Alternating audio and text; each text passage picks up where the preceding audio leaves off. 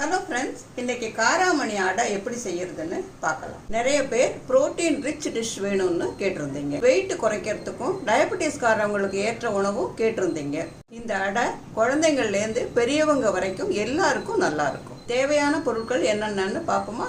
2 cup idli புழுங்கரிசி, 1/4 மூடி தேங்காய், காரத்துக்கு தேவையான சிகப்பு மிளகாய், 1 ஆர்க்கு கருவேப்பிள்ளை, 1 டீஸ்பூன் ஜீரகம், 1 துண்டு பொரிச்ச பெருங்காயம், தேவையான அளவு உப்பு.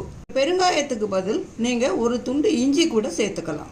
1 கப் காராமணி நல்லா நைட்டு ஃபுல்லும் ஊற வச்சு எடுத்து வச்சிருக்கேன். இந்த அரிசியை 2 மணி நேரம் ஊற வச்சு எடுத்துக்கோங்க. கிரைண்டரில் அரிசியை போட்டுட்டேன். இப்போ காராமணி போட போகிறேன்.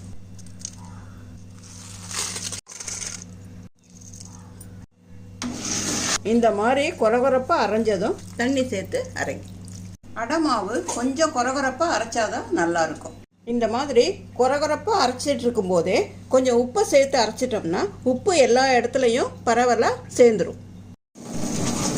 ரவா மாதிரி கொரகொரன்னு இருக்கிற ஸ்டேஜில் மாவை எடுத்துடலாம். நம்மளோட அடை மாவு தயார்.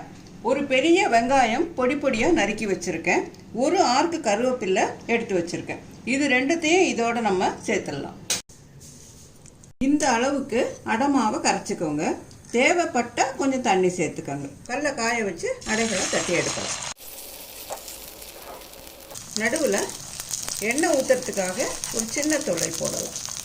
சுற்றியும் கொஞ்சம் எண்ணெய் ஊற்றிடலாம். 2 பக்கமும் பொன்னிறமாக வேக வச்சு எடுத்துருவோம்.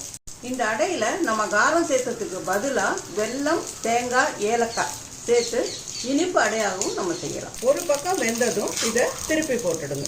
இப்போ நம்மளோட காராமணி அடை தயார். இந்த அடையை ட்ரை செய்து பாருங்க. பிடிச்சிருந்ததுன்னா லைக் பண்ணுங்க, உங்க ஃப்ரெண்ட்ஸோட ஷேர் பண்ணிக்கோங்க, கமெண்ட் பண்ணுங்க, நம்ம சேனலுக்கு சப்ஸ்கிரைப் பண்ணுங்க. நன்றி, வணக்கம்.